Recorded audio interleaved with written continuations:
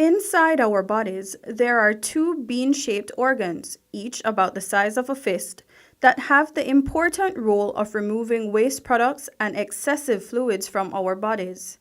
These organs are our kidneys. When the kidneys are unable to execute their job, the result is kidney failure. Kidney failure is when your kidney shut down and it's not doing its basic function, which is to filter out excess waste and body fluids that your body don't need. When you have kidney failure, that does not happen. So you start to retain water and also your blood become toxic. Chronic kidney failure, there are two types. We have chronic kidney failure, which happen over a period of time, over years. The kidneys start to shut down, but you're still functional. And there is acute renal failure where it happens abruptly, suddenly overnight or over a couple of days. So what exactly leads to kidney failure? The leading cause of kidney failure is diabetes and high blood pressure. Those are the main causes. And it's followed by autoimmune disorders such as polycystic kidney disease or acute renal failure, which are caused by infections or loss of severe blood and things that would turn out chronic if not treated. In response to a growing number of individuals with end-stage kidney failure, the Government of Belize established a hemodialysis program in 2010. Hemodialysis is a process in which the waste products and excess fluids are removed from the blood using a machine. The blood travels from the body to the machine, where it is cleaned in a filter called a dialyzer, after which it returns to the body. The process takes about 4 hours.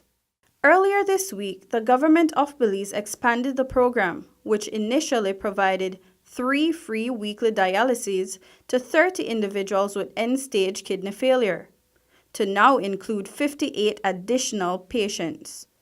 Under the new program, all 88 patients will now receive 2 weekly dialyses. Additionally, 2 new clinics have been contracted by the government to provide the necessary services. The Carl Huesner Memorial Hospital Authority and La Loma Luz Adventist Hospital are now joined by Miguel Rosado Dialysis Clinic and Dialysis del Caribe. Through this expanded program, many more lives will be improved and extended.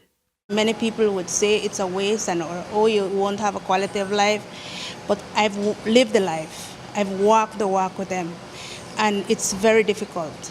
It's a difficult journey, and government doing 2 times a week is a great plus. Once these patients clean their blood and do it properly, keep their medication and everything, they live a normal life. That's why the requirement is 3 times a week dialysis, because you get your blood cleaned every other day. And once you do that, you live a normal life. You can go back to work, you can be functional in society. Grace Stuart, 64, and Gloria Garcia, 57, are both diabetics and living with end-stage kidney failure. During our visit to Dialysis del Caribe in Belize City, both women shared their stories with us. I think I was already at end stage 4, and I hold on for a whole year because I didn't want to go on dialysis. At the end, I had to do it, and so now I'm on it for 3 years now, and feeling a lot better once I keep my diet and don't overdo by drinking too much liquid. Yes, I am a diabetic for 10 years and I have high blood pressure, and I was diagnosed like 3 years ago, but I didn't have money to get the treatment. So I went on and on with pills, a lot of pills. Till lately they told me I can't go anymore. I have to go to dialysis. Along with the burden of their new diagnosis also came the financial burden. When we first started it, we didn't think it was going to be a burden or running out of money. And that did happen. But I must say my family in Chicago helped a lot.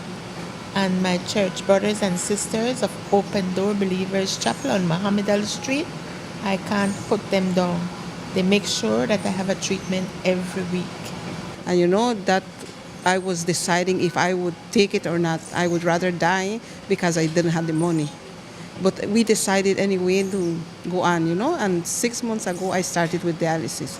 But it was hard for me. As of Monday, October 8, 2018, both women are now beneficiaries of the government's hemodialysis program.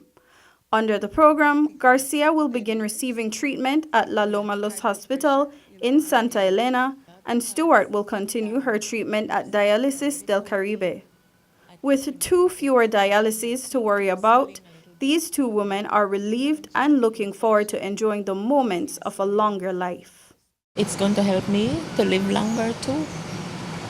At least to see my granddaughter go to high school or finish 6th form.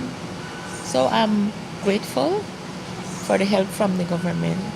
We're thankful to Minister Marin and the rest of the House that voted for us.